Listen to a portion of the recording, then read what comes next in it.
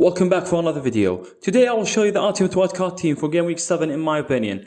Activating the wildcard this week will give you the advantage to cover Luton's and barely double and taking the best fixtures for the next 5 to 8 weeks. Now let's go to the draft. For keepers, I went with Luton's keeper Thomas Kaminski. He expected to get more than 7 points this week when he plays against Everton and barely home. His ownership percentage is just 0.2%, so he's a good differential selection for Luton's double game week.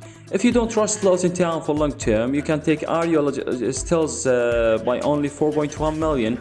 Until now he got 26 total points with impressive 30 saves. In that match against Man City, he got 3 points just from 10 saves that he did.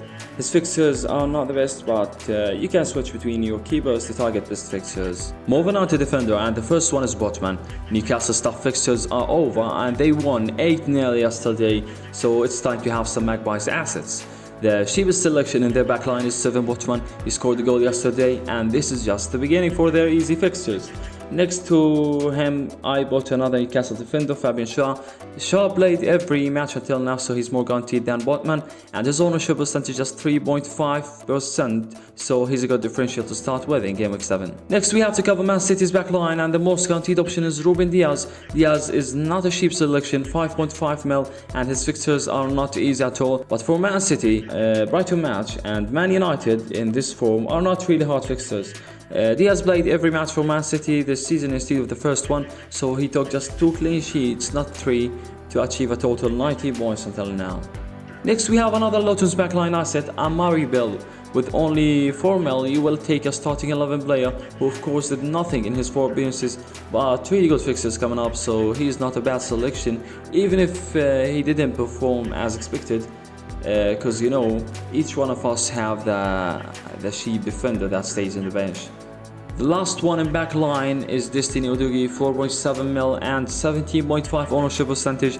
You can put him on the bench next week against Liverpool, then of course he will be in your starting team every single match because his fixtures are pretty good in the next period. Luton, then Fulham home, then Crystal Palace are good fixtures to target. Even Chelsea home is not that hard. Now let's talk about midfielders, and the first one is Saka. 8.7 million and more than 65% of players have him in their teams, so of course Saka should be in your team to avoid any drop could happen in your rank if Saka did anything. His fixtures are not the easiest as you see, but he can score and create opportunities every match as he did yesterday against Tottenham. Until now he scored 3 goals and 3 assists with 44 total points. Next, James Maddison, 4 assists and 2 goals. His fixtures are going to be easy in the next period, so it's time to have him in your team. He proved himself from the first match with Tottenham. Even in the matches he didn't contribute, he was great on the field, and yesterday he was the man of the match for me. His teammate Son is in the team too. Son was really impressive yesterday. His finishing was incredible. He scored 2 goals to make it 5 goals until now in the Premier League.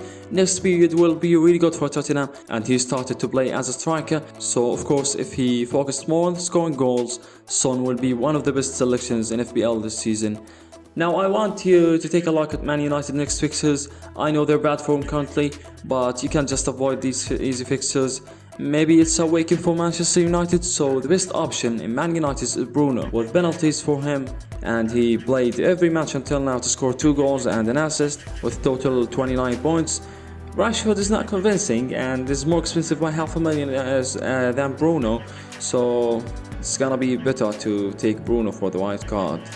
Next to Brian Wemo, I know that he scored 4 goals then stopped. He didn't score in the last 3 matches, but his fixtures are promising. He is the most dangerous player in Brentford and he is the penalties taker. I think you should give him a chance.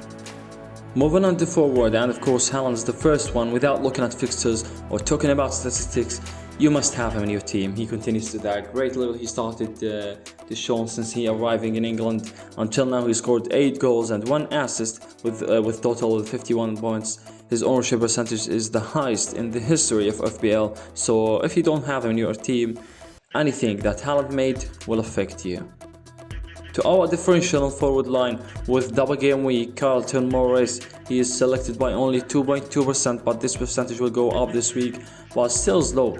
Until now, he scored 2 goals and 1 assist, which is really good for a player who didn't win any match in the Premier League until now. And keep in mind that he is the penalties taker, so for these easy fixes, Morris will be a good choice.